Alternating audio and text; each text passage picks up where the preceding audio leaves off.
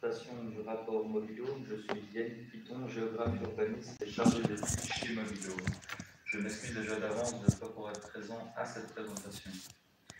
Donc, ce rapport porte sur les lignes politiques pour l'instauration d'un RER métropolitain en région Provence-Alpes-Côte d'Azur. En deux mots, donc, nous sommes un bureau à Lausanne, donc en Suisse, et nous sommes un bureau de sciences sociales appliquées à l'urbain et à la mobilité, et nous sommes spin-off de l'École polytechnique fédérale de Lausanne. Et notre mission est de comprendre l'humain pour améliorer les politiques publiques, pour planifier une mobilité soutenable et durable, et pour accompagner des transformations du territoire. Nous avons une diversité de profils, donc à la fois des sociologues, des ingénieurs, des urbanistes, des géographes, des architectes, etc. Et nos missions se divisent plus ou moins en trois grandes catégories. Donc, nous effectuons des diagnostics d'usage sur terrain, donc avec des dispositifs quantitatifs ou qualitatifs, donc des questionnaires en ligne ou par des focus group.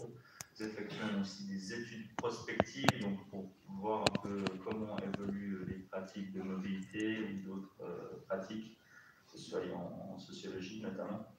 Et finalement, nous effectuons aussi des conseils, des stratégies, notamment pour les collectivités territoriales ou d'autres acteurs publics ou privés.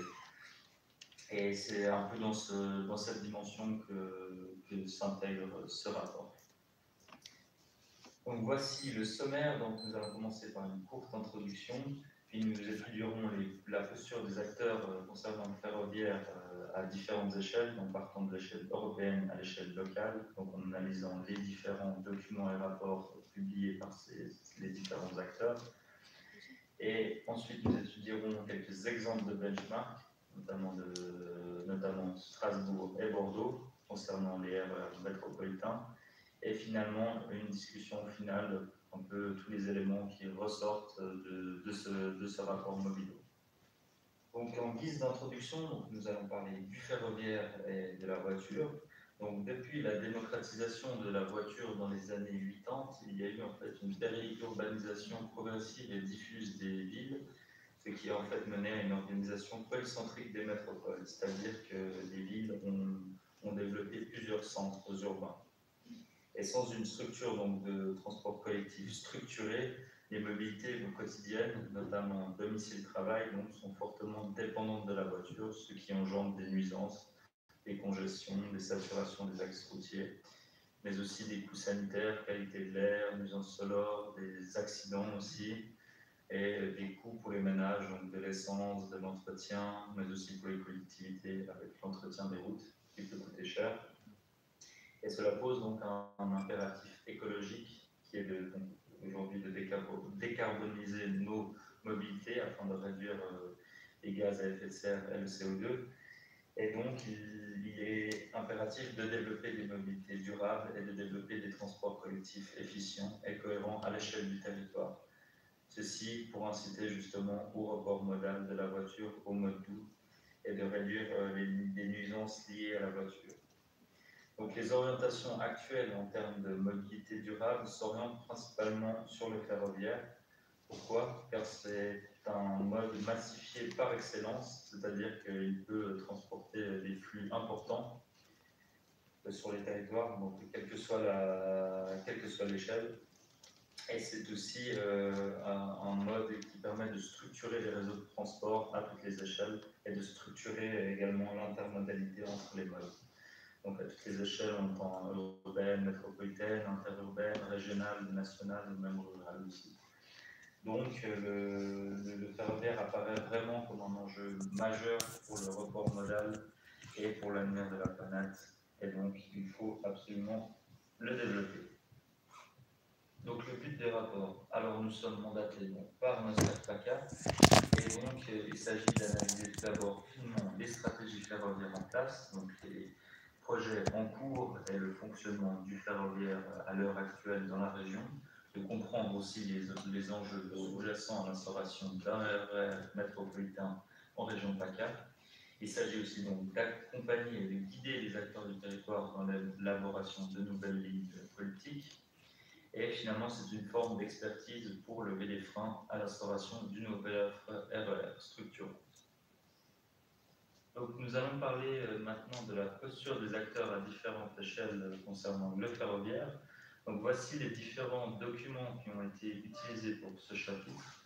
Donc à l'échelle européenne, le cadre européen pour la mobilité urbaine, au niveau national, la stratégie de développement de la mobilité propre, la prospective 2040-2060 des transports et des mobilités, le schéma directeur pour les grandes ferroviaires de SNCF Réseau. On peut aussi ajouter la loi d'orientation des mobilités, donc la LOM. À niveau régional, nous avons le contrat de plan État-région CPR de la région PACA, le SRADET de la région PACA, et finalement, au niveau local, métropolitain, nous étudions aussi les plans de déplacement urbain, PDU, des métropoles, donc Aix-Marseille-Provence, de Toulon-Provence-Méditerranée et du Grand Avignon. Donc le premier élément qui ressort de ces documents, c'est que tous les acteurs sont unanimes quant à la nécessité de développer le mode ferroviaire. Donc pour tous, ce mode est considéré comme un levier puissant pour décarboniser nos mobilités contemporaines et pour répondre aux enjeux sanitaires engendrés par la voiture individuelle. C'est aussi un moyen de garantir en fait la cohésion sociale des territoires urbains et ruraux, donc de garantir une connexion justement entre les territoires urbains et ruraux. Cependant, on aperçoit qu'il y a une certaine incohérence entre la posture nationale et les autres postures à différentes échelles, avec une posture nationale qui est plus orientée sur le développement du TGV, alors que les autres postures sont, elles, plus orientées sur le développement du transport du quotidien. Et c'est aussi une incohérence opérationnelle qui se retrouve en fait sur le territoire avec des gares TGV qui sont construites sur des axes parfois loin en fait, des centres-villes et sans raccordement ferroviaire par RER, et des modes privilégiés pour rejoindre ces gares qui sont surtout la voiture et le car. Et donc il y a un certain manque de complémentarité entre le réseau TGV et TER. Donc un autre élément qui ressort de cette analyse, c'est que la région doit être au centre du dispositif. Et donc les acteurs sont unanimes pour dire que l'acteur clé pour le développement des RER métropolitains sont les régions, donc là pour le coup la région PACA. Et juridiquement, la LOM rappelle aussi l'engagement central des régions dans l'élaboration de ces réseaux express métropolitains. Donc selon la région PACA, le réseau express métropolitain doit être collaboratif, c'est-à-dire qu'il faut impérativement coopérer avec le niveau local, les métropoles, les communautés de communes et SNCF Réseau. Ensuite, un autre point intéressant, c'est justement la notion de service express métropolitain qui est partagée par l'ensemble des acteurs, mais qui est au final assez peu appliquée sur le territoire. Donc cette notion de service express métropolitain, c'est un service qui doit être inscrit dans le territoire, multimodal, donc inscrit avec les autres modes, attractif et compétitif, donc au niveau tarifaire, au niveau de l'amplitude horaire, des horaires aussi, etc., du confort, collaboratif, donc en collaboration avec les différents acteurs du territoire, et durable, et donc écologique. Alors, on se rend compte qu'au niveau de la région, cette notion est un peu au stade de la planification, car on remarque qu'il y a une faible intégration tarifaire avec des tarifs qui sont peu confortables et peu compréhensibles pour les usagers, car ils sont basés en fait, sur les périmètres des anciennes communautés d'agglomération. Et le seul produit tarifaire intégré à l'échelle de la métropole, c'est le pass intégral, sauf qu'il ne prend pas en compte l'offre TER pour les prix réduits, donc notamment les jeunes et les seniors, qui sont les principaux utilisateurs du train. On note aussi une information multimodale incomplète et floue, donc ce qui ne facilite pas du tout le transport en train. Donc les usagers sont obligés d'utiliser plusieurs applications pour les déplacements en transport public, ce qui ne facilite pas du tout la tâche.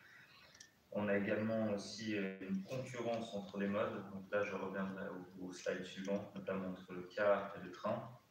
Et finalement, une accessibilité à la gare qui est parfois difficile, avec des horaires d'ouverture du vol principal très faibles, et notamment des gares qui sont parfois ouvertes que d'un côté et qui rendent de l'accessibilité très difficile à la gare.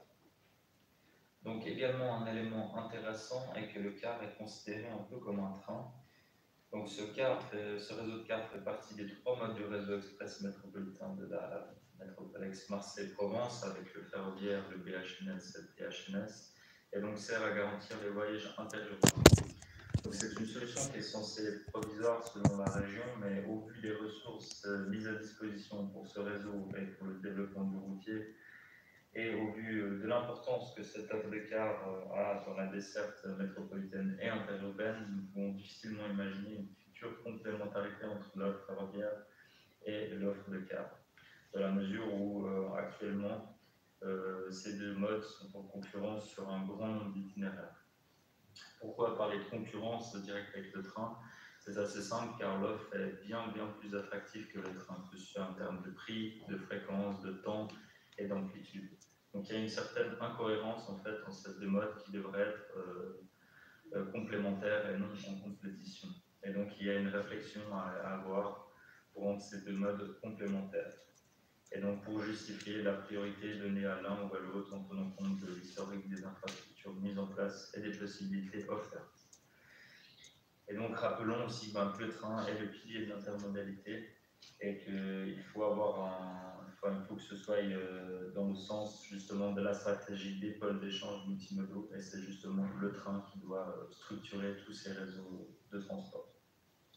Et il ne faut absolument pas que le car soit un frein au développement durable dans la région, comme c'est le cas actuellement.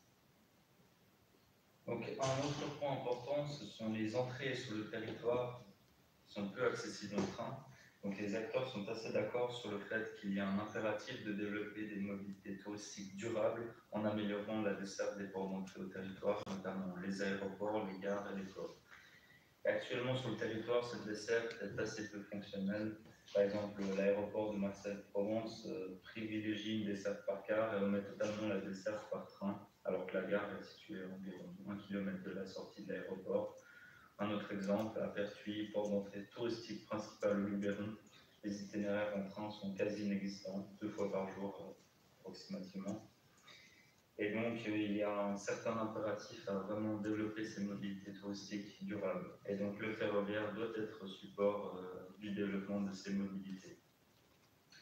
Un autre point, c'est le potentiel présent mais inexploité. Donc, il y a un consensus. Donc, les acteurs s'accordent sur le fait qu'il est nécessaire d'optimiser et rénover les infrastructures existantes sur l'ensemble du territoire national et régional. Et on se rend compte donc, sur le territoire PACA qu'il y a beaucoup d'infrastructures ferroviaires et que certaines d'entre elles peuvent déjà être mises en service pour instaurer un réseau express métropolitain. C'est le cas par exemple de la gare de la Blancarde qui est fortement connectée au tissu urbain avec 2 trams et un métro et directement reliée à la gare Saint-Charles.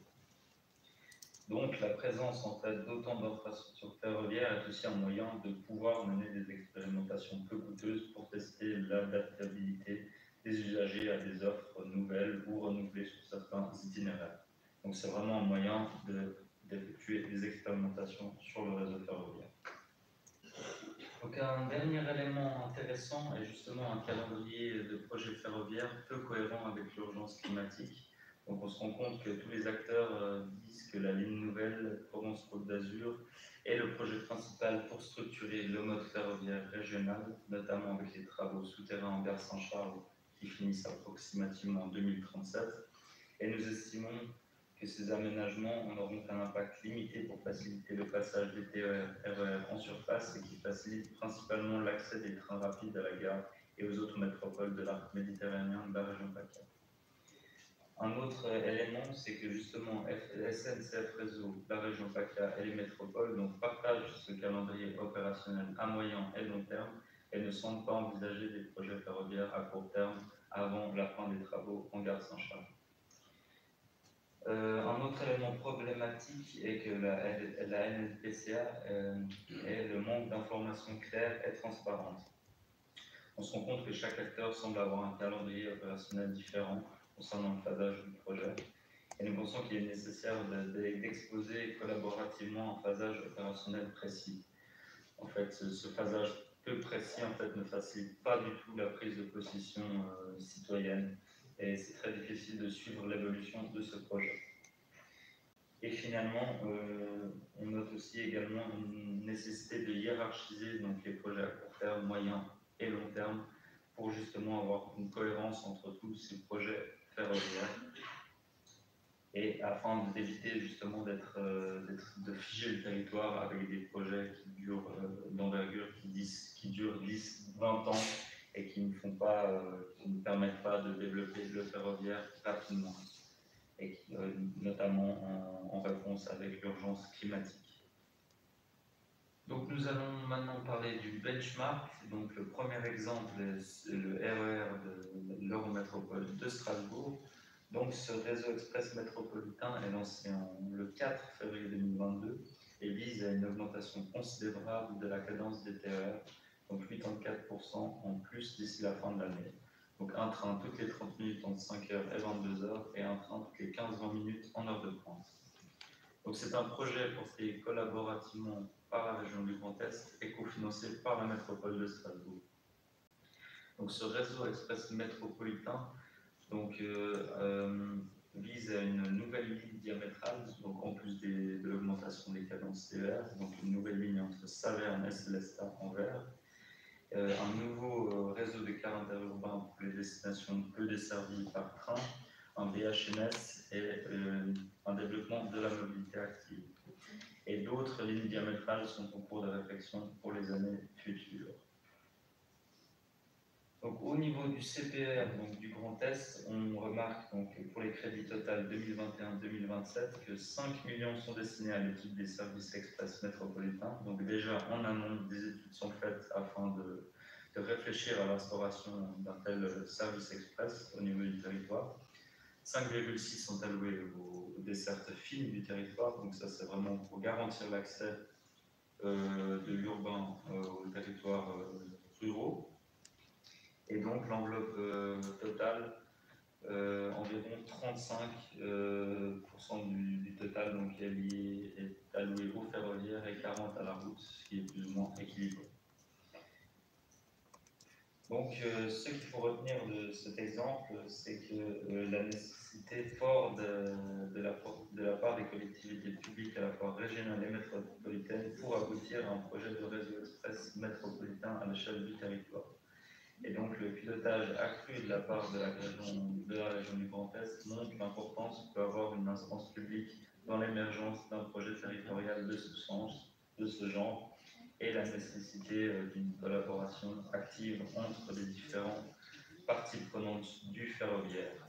Et c'est aussi une volonté politique qui est traduite de manière concrète dans les financements, notamment du CPER.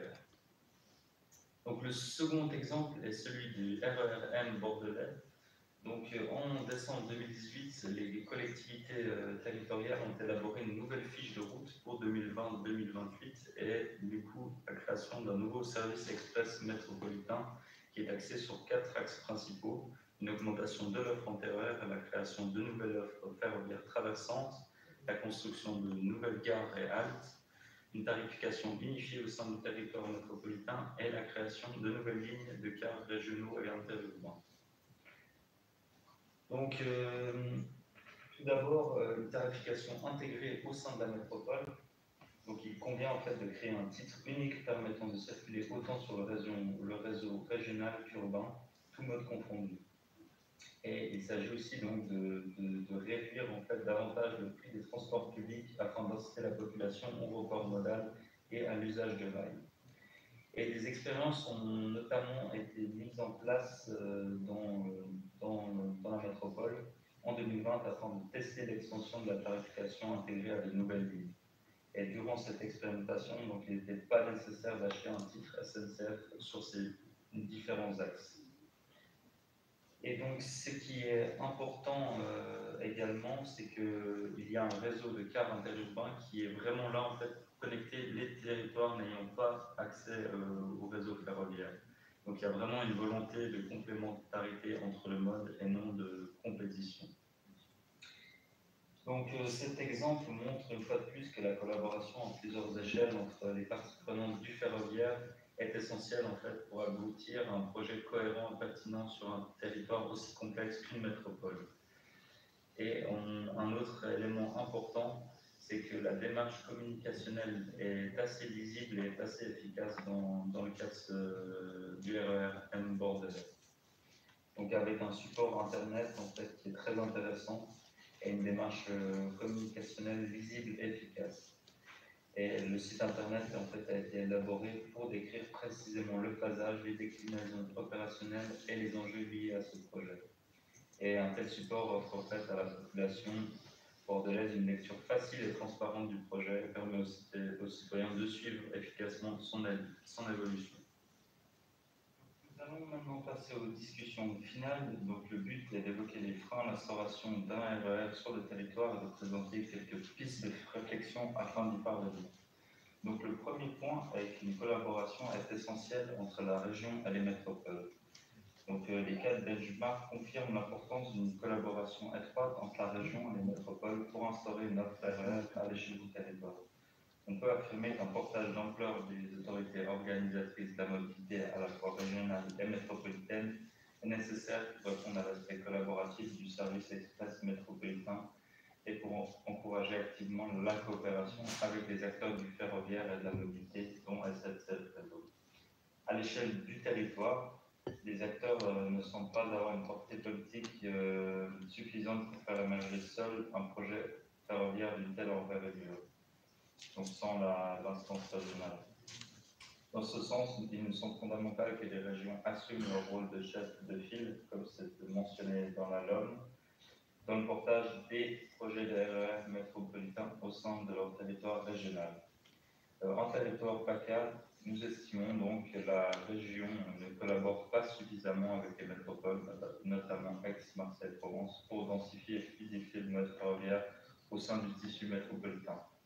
Le train ne semble que peu porté par les autorités régionales qui focalisent principalement leur financement sur les modes routiers, le car, la voiture, etc.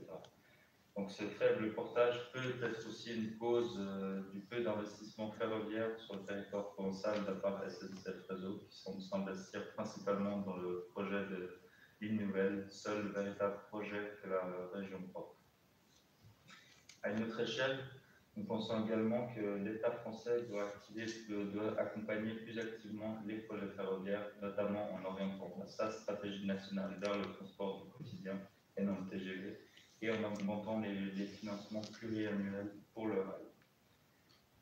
Nous estimons aussi que la LOM doit davantage contraindre les régions à développer, en coordination avec les métropoles, le réseau ferroviaire. Donc, son rôle de chef de file doit être assuré juridiquement de manière plus contraignante qu'actuellement dans la LOM. Donc, un autre point est que le projet de RER doit être réfléchi dans son ensemble. Donc, les critères du service express métropolitain, à savoir inscrit dans le territoire, collaboratif, durable, compétitif et attractif, sont assez peu traduits sur le terrain, donc sur la région PACA. Et les choix politiques des autorités publiques pour faire évoluer la mobilité régionale, dont le train, ne semblent pas aller dans ce sens. Donc les projets ferroviaires semblent surtout articulés autour de lignes nouvelles, avec un horizon temporel lointain, et une tarification qui reste peu intégrée à l'échelle de la métropole et encore moins au niveau régional, une offre de cars intervenant en concurrence avec l'offre ferroviaire. Nous pensons également que la communication des projets ferroviaires de la région est imparfaite, surtout en ce qui concerne la ligne nouvelle, donc ses déclinaisons opérationnelles et encore plus son calendrier sont peu clairs et aucun support ne regroupe l'ensemble des informations. Donc une présentation claire des modalités du projet faciliterait grandement la prise de position citoyenne qui est actuellement rendue difficile par la dispersion et la complexité de l'information. Donc un site internet serait un support internet tel qu'utilisé par exemple dans le projet de RER-M de Bordeaux, simplifierait l'accès et garantirait la clarté de l'ensemble des informations. Un autre point au niveau tarifaire, donc le pass intégral est une première concrétisation positive qui montre qu'il est possible de développer ce type de transport. Et la force de ce genre de pass tient justement à l'interopérabilité avec le train et les autres modes de transport. Donc comme on l'a vu, le pass intégral à prix réduit exclut le train, ce qui est problématique. Donc à l'avenir, le pass intégral métropolitain devrait intégrer le train dans l'ensemble de ses tarifs et des réflexions pourraient éventuellement être menées pour une extension au niveau régional afin de faciliter les trajets interurbains. Et ce qui rendrait aussi l'offre ferroviaire bien plus attractive et limiterait la complexité tarifaire actuelle. Un autre point est que l'offre de cars constitue en fait un réel frein au développement du rail dans la région et que actuellement cette offre est donc en concurrence avec le ferroviaire car les pôles urbains des services sont largement semblables et donc en plus d'être bien plus attractif au niveau tarifaire, l'offre de cars plus fréquente possède une amplitude plus large. Donc ces choix politiques doivent être limités au seul cas où les alternatives ferroviaires n'existent pas.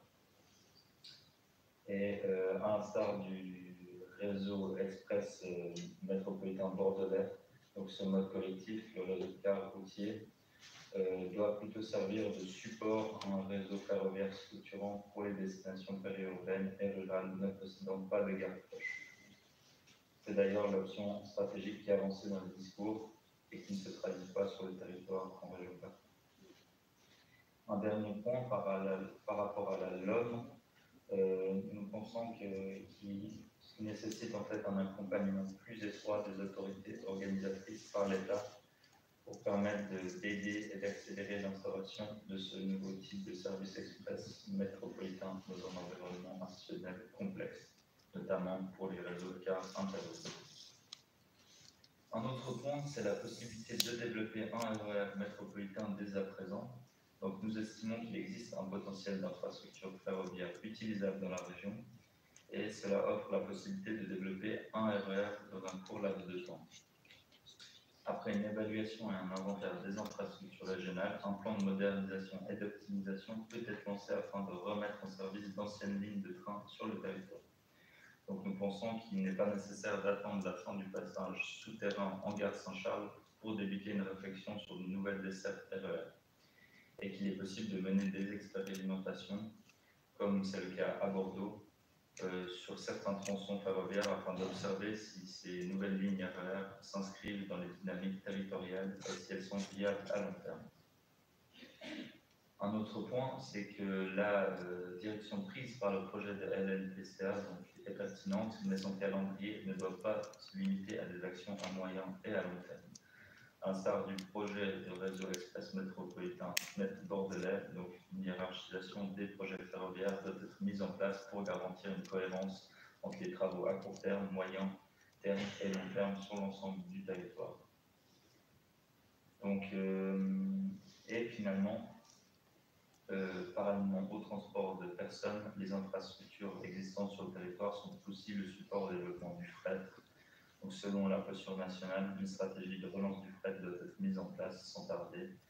Donc, il semble nécessaire qu'une réflexion transversale et croisée soit mise en œuvre entre le transport de personnes et le fret afin d'assurer leur complémentarité. Donc, le développement de l'un ne doit pas freiner le développement de l'autre. Donc, un dernier point, faire ou ne pas faire.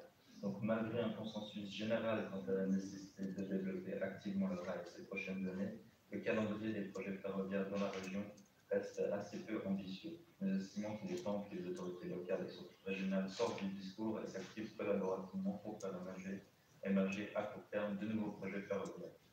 Donc, ces projets doivent articuler de façon pertinente les échelles de longue distance et les bassins de vie métropolitains. En plus de cela, l'offre ferroviaire doit aussi être plus attractive, que ce soit au niveau du coût, du temps, du confort et les autres modes, pour favoriser le report modal de la voiture au mode doux. Donc l'émergence du ferroviaire apparaît à une période charnière où la place de la voiture individuelle commence à être remise en cause dans la société. Le rail, support principal au déploiement de la multimodalité sur le territoire, doit exercer un signal fort pour la transition vers des mobilités plus durables. Donc voici la fin de la présentation du rapport Mobilhome. Merci de votre attention.